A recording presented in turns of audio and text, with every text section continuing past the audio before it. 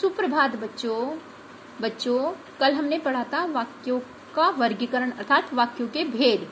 और मैंने कल आपको बताया था कि वाक्यों के जो भेद होते हैं वो दो आधार पर होते हैं। नंबर 1 रचना के आधार पर, नंबर 2 अर्थ के आधार पर। रचना के आधार पर कल मैंने आपको पढ़ा दिया था कि रचना के आधार पर वाक्य 3 प्रकार के होते हैं। नंबर 1 सरल वाक्य, नंबर 2 संयुक्त वाक्य और नंबर 3 मिश्र वाक्य। और बच्चों आज हम पढ़ेंगे अर्थ के आधार पर वाक्यों के प्रकार। बच्चों अर्थ के आधार पर वाक्य जो होते हैं 8 प्रकार के होते हैं। नंबर 1 विधानवाचक, निषेधवाचक, प्रश्नवाचक, इच्छावाचक, संदेहवाचक, संकेतवाचक, नंबर 7 आज्ञावाचक और नंबर 8 विस्मयवाचक। बच्चों अब हम इनको डिटेल में पढ़ेंगे। सबसे पहले आता है विधानवाचक। विधान का अर्थ होता है विधि का विधान।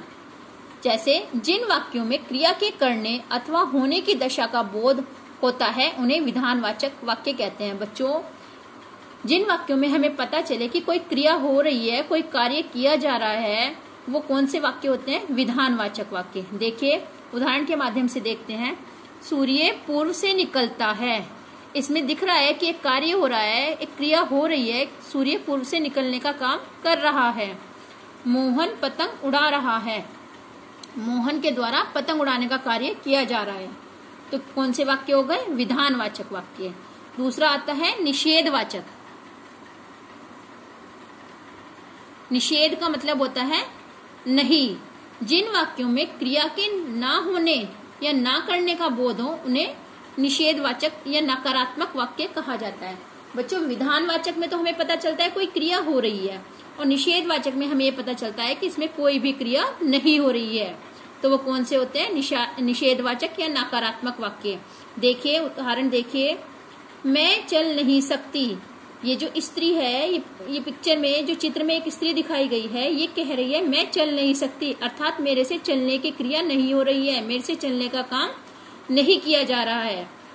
राम पढ़ता नहीं है। यहाँ पे कहा जा रहा है कि जो राम है वो पढ़ने का कार्य नहीं कर रहा है। तो जिनमें पता चलता है कि कोई भी क्रिया नहीं हो रही है वो कौन से वाक्य होते हैं? निषेधवाचक वाक्य। अब आता है प्रश्नवाचक वाक्य। जिन वाक्यों द्वारा प्रश्न किए जाने या पूछे जाने का बोध हो उन्हें प्रश्नवाचक वाक्य कहते हैं। बच्चों जिन वाक्यों में हमें पता चले कि कोई प्रश्न पूछा जा रहा है वो कौन से वाक्य कहलाते हैं? प्रश्नवाचक वाक्य। आइए उदाहरण के माध्यम से देखते हैं। राम कहाँ जा रहे हो? देखो बच्चों इसमें राम से प्रश्न किया जा रहा है कि तुम कहाँ जा रहे हो। एक प्रश्न पूछा जा रहा है, इसलिए कौन सा वाक्य है? प्रश्नवाचक। माँ थैले में क्या है? और बच्चा माँ से प्रश्न पूछ रहा है कि माँ थैले में क्या है। और बच्चों इस वाक्य की एक और पहचान है, इसके पीछे जो है इन वाक्यों में पीछे जो है प्रश्नवाचक चिन्ह, ये जो होता है प्रश्नवाचक चिन्ह लगा होता है। देखिए इसमें भी लगा हुआ है और इसमें भी। तो ये कौन से वाक्य हैं? प्रश्नवाचक वाक्य। अब आता है इच्छावाचक वाक्य। जिन वाक्यों से इच्छा, आशा, शुभ कामना, आशीर्वाद आदि का भाव प्रकट हो उन्हें इच्छावाचक वाक्य कहते हैं। बच्चों जिन वाक्यों में हम किसी को आशीर्वाद देते हैं या शुभ कामना देते हैं या हम किसी की मंगल कामना की आशा करते हैं तो वो कौन से वाक्य कहलाते हैं? इच्छावाचक वाक्य। जैसे यदि मान लो आपका एग्जाम होता है, आपका पेपर होता है, परीक्षा होती है और आपको कोई कहता है बेस्ट ऑफ लक या इस तरह से हम शुभकामनाएं देते हैं अच्छे उसके लिए, तो वो कौन से वाक्य कहलाते हैं? इच्छावाचक वाक्य। देखिए पुत्र चिरंजीवी हो। यहाँ माता पिता अपने बच्चे को चिरंजीवी होने का आशीर्वाद दे रहे हैं। चिरंजीवी मतलब लंबी आयु होने का आशीर्वाद दे रहे हैं।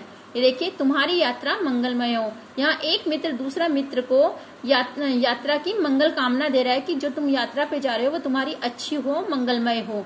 ठीक है बच्चों, तो जिनमें हम आशीर्वाद देते हैं या शुभकामना देते हैं वो कौन से वाक्य कहलाते हैं? इच्छावाचक वाक्य। अब आगे हम पढ़ेंगे संदेहवाचक वाक्य।